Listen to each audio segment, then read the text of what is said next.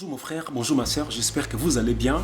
Alors aujourd'hui, je démarre une nouvelle série, mais une nouvelle série où je vais vous partager les 3 raisons qui font que vous n'arrivez toujours pas à comprendre l'essence profonde de la mort de Jésus-Christ. Alors dans la série qui avait précédé, j'avais abordé les 3 aspects de la mort de Jésus ou encore les 3 grandes significations de la mort de Jésus. Alors si vous voulez en savoir davantage sur les 3 aspects de la mort de Jésus ou encore pourquoi est-ce que Jésus-Christ est mort pour nous, comme le dit la parole de Dieu, eh bien je vous invite justement à pouvoir découvrir cette série, à cliquer juste là au-dessus. Vous allez découvrir la quintessence même de ces 3 aspects que j'avais abordés sur la mort de Jésus. Pourquoi Jésus est-il mort pour nous?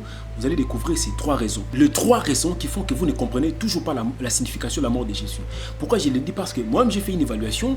Je me suis rendu compte qu'il y a beaucoup de chrétiens aujourd'hui. Ils lisent la parole de Dieu. Ils sont attachés à la parole effectivement. Ils suivent les enseignements. Ils se rendent dans les cultes. Ils prient beaucoup. Mais ils n'arrivent toujours pas à comprendre la quintessence ou encore la profondeur de la mort de Jésus.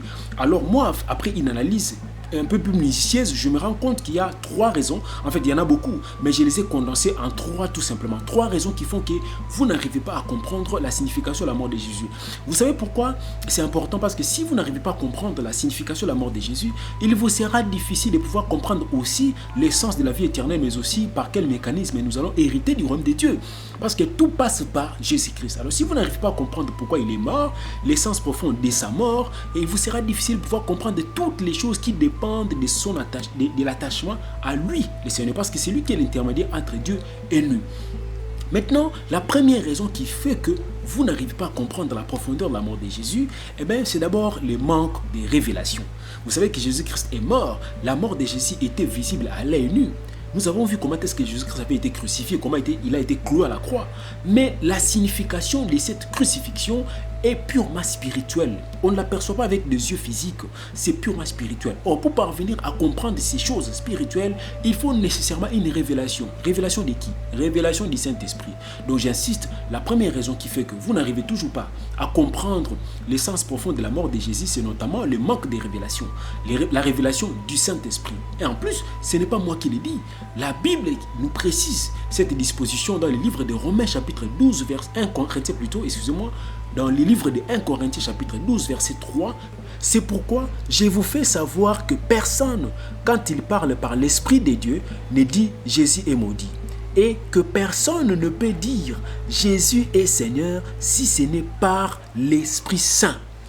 Donc ça veut dire quoi? Vous comprenez ici que l'apôtre Paul insiste sur le fait personne ne peut proférer des injures ou encore des paroles maladroites à l'endroit de Jésus-Christ s'il est animé de l'Esprit de Dieu.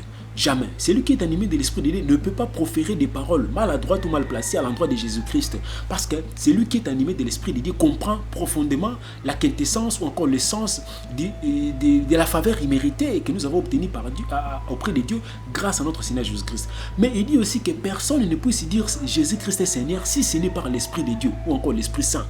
Donc vous comprenez que c'est l'Esprit Saint qui constitue le moteur ou encore les bâtons pivots qui nous enseigne et qui nous oriente dans la compréhension, mais aussi dans la maîtrise de la quintessence des choses spirituelles. Pour que vous arriviez à comprendre l'essence de la mort de Jésus, et il faut que vous demandiez que Dieu, par Jésus-Christ, puisse activer le Saint-Esprit en vous pour vous permettre de pouvoir comprendre ces choses. Parce que le Saint-Esprit, rappelez-vous, lorsque Jésus-Christ l'avait promis à ses disciples, il avait dit « Ce Saint-Esprit, je lui confère un statut, il sera votre enseignant. » Le Saint-Esprit avait enseigné ces disciples-là. Et lorsque cet esprit est descendu en eux, vous avez vu que c'est tout ce qui s'est passé. Rappelez-vous de la Pentecôte dans le livre des Actes des Apôtres. Donc le Saint-Esprit, c'est lui qui nous révèle en fait ces choses-là. Si le Saint-Esprit n'est pas activé, vous n'arriverez jamais à comprendre.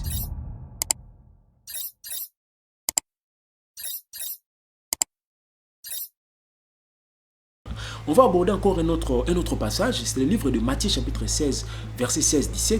Qu'est-ce qu'il dit dans ce livre? Dans Matthieu 16, 16-17, la Bible dit ceci. En réponse, Simon-Pierre dit, tu es le Christ, le Fils du Dieu vivant. Verset 17, Jésus lui dit, alors heureux es-tu, Simon, fils de Jonas, parce que ce ne sont pas la chair et le sang qui t'ont révélé cela, mais mon Père qui est dans le cieux. Ici, Jésus-Christ est en train de poser, d'interroger ses disciples sur ce que le monde pensait de ou ce que le monde disait de lui. Après avoir posé cette question-là, il avait rajouté une sous-question, comme pour dire, qu'est-ce que vous, en tant que mes disciples, vous que j'ai choisi auprès de moi, vous pensez de moi? Qui suis-je d'après votre perception? Alors Pierre est sorti, il a dit, comme vous l'avez dit ici, tu es le fils de Dieu, de Dieu vivant. Et Jésus, que sa réponse, il dit, Pierre, Simon, errais-tu, parce que ces choses, ce ne sont pas la chair et le sang qui t'ont révélé, c'est plutôt mon Père qui est dans les cieux. Alors, ne pensons pas que Dieu était descendu du ciel, entré dans la pensée de Pierre pour lui révéler ces choses-là. Non, Dieu a opéré au travers d'un instrument. C'est le Saint-Esprit. C'est le Saint-Esprit qui a révélé à Pierre ce qu'il avait sorti dans sa bouche. Donc, c'est pourquoi je vous dis, sans la révélation du Saint-Esprit, sans la révélation de l'Esprit de Dieu, vous n'arriverez jamais à comprendre pourquoi Jésus-Christ est mort. Vous n'arriverez jamais à comprendre pourquoi Jésus-Christ a été cloué à la croix. Pourquoi Jésus-Christ a versé de son sang pour nous. Pourquoi la Bible parle de l'immolation de l'agneau. Tout ça, vous n'arriverez jamais à comprendre si le Saint-Esprit n'est pas activé. Alors, j'aborderai une autre série où je parlerai justement du mécanisme d'activation du Saint-Esprit. Parce que le Saint-Esprit est déjà en nous. Mais comment l'activer pour qu'il devienne opérationnel? Comment lui laisser les champs pour qu'il puisse effectivement opérer? Ça, j'aborderai dans une autre série. Maintenant, dans la prochaine vidéo, je reviendrai sur la deuxième raison qui fait que vous n'arrivez toujours pas à comprendre l'essence profonde de la mort de Jésus-Christ. À la prochaine.